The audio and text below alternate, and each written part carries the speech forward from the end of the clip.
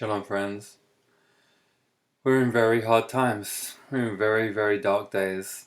Days leading up to Tisha B'Av, the fast of the night of Av, and a fast which marks destruction of our people's commonwealth, of our temple, of our independence in the past. And we are unfortunately witnessing events very, very scarily and tragically reminiscent of those in the past.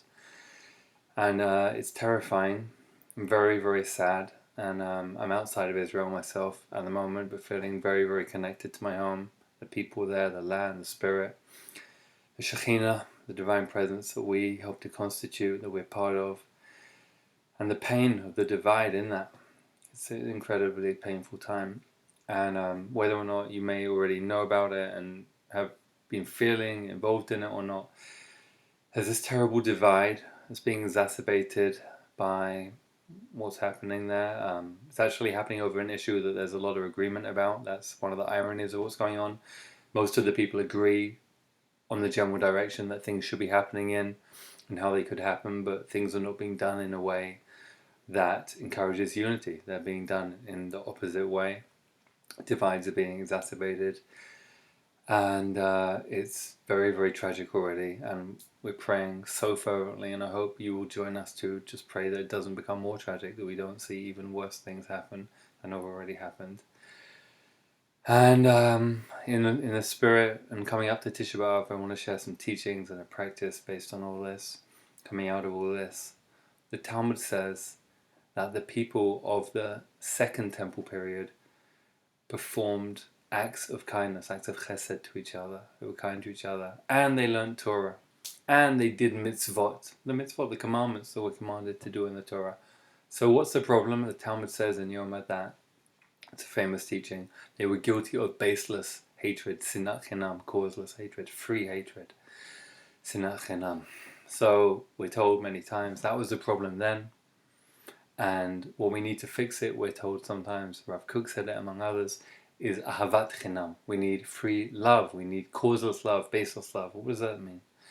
And where are we really with that process between those two things? Looking around, not just Israel, but looking around in many societies today, and much of the world today, there's so much sinat chinam, so much hatred of others just because they are different to us in any way at all.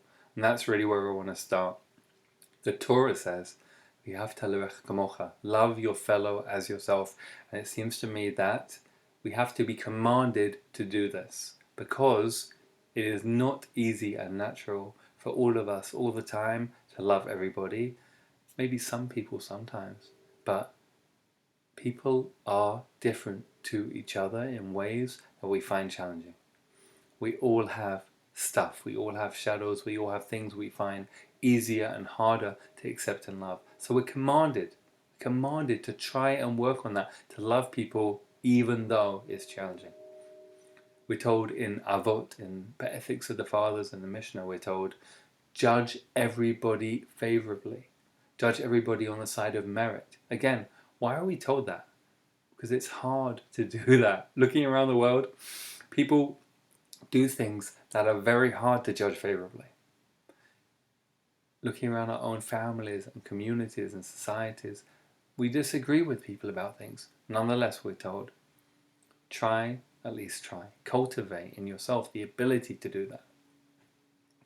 Rebbe Nachman of Breslov, the great Hasidic master, takes all this, he turns it into a very, very powerful teaching and practice. I've shared with some of you before, but this is a time I want to share it again. I want to ask us all to bring it into our lives and to let it change us right now because we need it so desperately. It's the Azamra Torah, I will sing, the teaching is called I will sing. It begins with seeing the good in ourselves and in others, the nekuda tova, the little good point, the tiny little spark of goodness, even if you can only see that, even if you look at someone, yourself or another, and you find it really hard to see and feel that goodness, we are told to try. Rebbe Nachman says, try, and try again. Seek and dig for that tiny spark of good you can see in yourself or another person.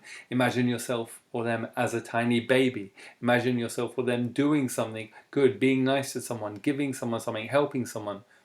have to really try, use our imaginations, use everything we've got to try and see and appreciate and feel that spark of goodness, that nekudat tova, especially in ourselves when we find that hard, we need it most, but also especially in others we disagree with, others who are outside of our camp, outside of our tribe.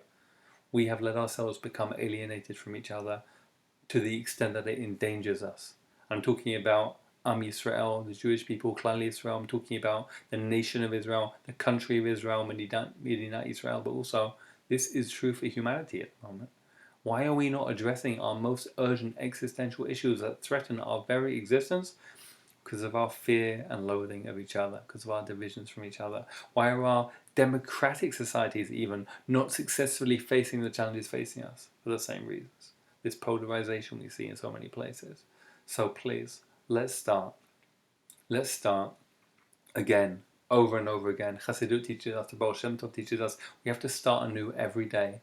We have to start over and over again. Rebbe Nachman himself said, I have to start hundreds of times every day, he said, I have to start again. So let's start over in every moment, in every minute, in every hour, in every day, starting right now, to try and see the good and to bring that gift to the world, because the world needs it so desperately right now, and our very existence depends on it. And again, we Jewish people are just a microcosm of humanity in so many ways. We need to do this for ourselves to survive and exist, and the world needs to learn to do this for humanity to survive and exist. May we see Tisha B'Av, this day of tragedy and mourning for the temple, for the Commonwealth, for our people, transformed. As the Prophet says, it will be with all of our other tragic fasts. It will be transformed into a day of festivity, a day of celebration, of peace and justice, a day, our tradition says, when the Messiah will be born. There will be a global era of peace and justice that begins on this day of Tisha B'Av, on this fast.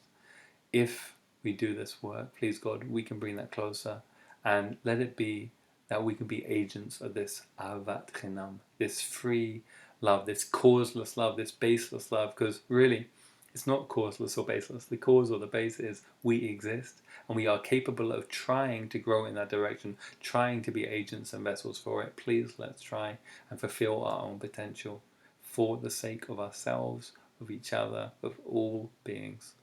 May it be so.